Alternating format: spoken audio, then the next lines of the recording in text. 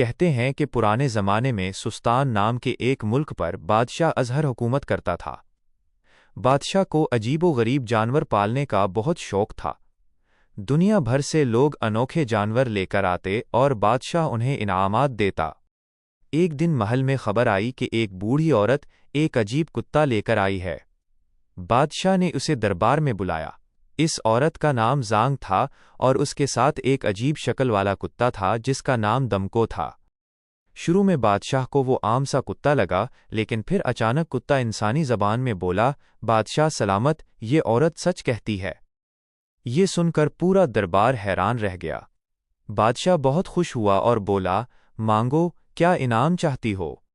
بوڑھی عورت بولی، مجھے دولت نہیں چاہیے، مجھے جل شہزادی چاہیے جو سرخ جھیل میں رہتی ہے۔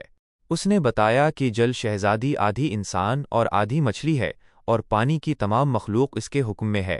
بادشاہ حیران ہوا، لیکن اس نے وعدہ کر لیا۔ بوڑھی عورت کے جانے کے بعد دمکو نے بادشاہ کو سچ بتایا۔ بادشاہ سلامت، وہ عورت ایک خطرناک جادوگرنی ہے۔ وہ جل شہزادی کا خون پی کر ہمیشہ زندہ رہنا چاہتی ہے۔ یہ سن کر بادشاہ غصے میں آ گیا۔ میں کسی بے گناہ کو اس ظالم عورت کے حوالے نہیں کروں گا۔ دمکو بولا، اگر آپ چاہیں تو ہم اس جادوگرنی کو ختم کر سکتے ہیں۔ پھر اس نے ایک منصوبہ بتایا۔ اگلے دن بادشاہ دمکو کو لے کر سرخ جھیل پہنچا۔ دونوں کشتی میں بیٹھ کر گہرے پانی کی طرف گئے۔ کچھ دیر بعد پانی میں لہریں اٹھیں اور ایک بے حد خوبصورت جل شہزادی نمودار ہوئی۔ اس کا چہرہ چاند کی طرح روشن تھا۔ جل شہزادی مسکرا کر بولی، بادشاہ سلامت، آپ نے مجھ سے ملنے کے لیے اپنی جان خطرے میں ڈالی، اس کے لیے شکریہ۔ لیکن اچانک آسمان پر جادوگرنی کا چہرہ ظاہر ہوا اور اس نے زوردار قہقہا لگایا۔ اسی لمحے دمکو نے اچانک بادشاہ کی گردن دبوچ لی۔ بادشاہ بے بس ہو کر زمین پر گر پڑا۔ جل شہزادی رونے لگی۔ تب جادوگرنی سامنے آئی اور ہنس کر بولی، تم دونوں میری چال میں پھنس چکے ہو۔ میں تم دونوں کا خون پی کر ہمیشہ جوان اور زندہ رہوں گی۔ جل شہزادی بہت ہوشیار تھی۔ اس نے فوراً کہا، اگر ابھی میرا خون پیا تو تم مر جاؤ گی۔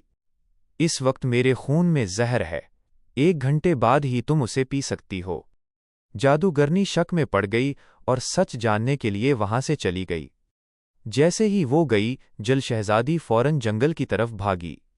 وہاں اسے خاص سفید پھول ملے۔ وہ دوڑتی ہوئی واپس آئی اور وہ پھول بادشاہ کے زخموں پر رکھ دیے۔ چند لمحوں میں بادشاہ کے جسم میں حرکت واپس آنے لگی۔ بادشاہ حیران رہ گیا۔ جل شہزادی بولی، یہ پھول ہر زہر کو ختم کر دیتے ہیں۔ پھر اس نے بادشاہ کو جادوگرنی کی کمزوری بتائی۔ اس کی ساری طاقت اس کے ایک دانت میں ہے۔ اگر وہ دانت ٹوٹ گیا تو جادوگرنی ہمیشہ کے لیے ختم ہو جائے گی۔ بادشاہ نے فوراً ایک خنجر چھپا لیا اور دوبارہ بے جان بن کر لیٹ گیا۔ کچھ دیر بعد جادوگرنی واپس آئی۔ وہ غصے میں جل شہزادی کی طرف بڑھی۔ اسی لمحے بادشاہ اچانک اٹھا اور پوری طاقت سے خنجر اس کے دانت پر مار دیا۔ جادوگرنی کی خوفناک چیخ نکلی۔ اس کا دانت ٹوٹتے ہی اس کے جسم میں آگ لگ گئی اور دیکھتے ہی دیکھتے وہ راکھ بن گئی۔ دمکو بھی آزاد ہو گیا۔ اب سب خطرہ ختم ہو چکا تھا۔ بادشاہ نے جل شہزادی کا شکریہ ادا کیا اور کہا، تم نے نہ صرف اپنی جان بچائی بلکہ میری جان بھی بچائی ہے۔ جل شہزادی مسکرائی۔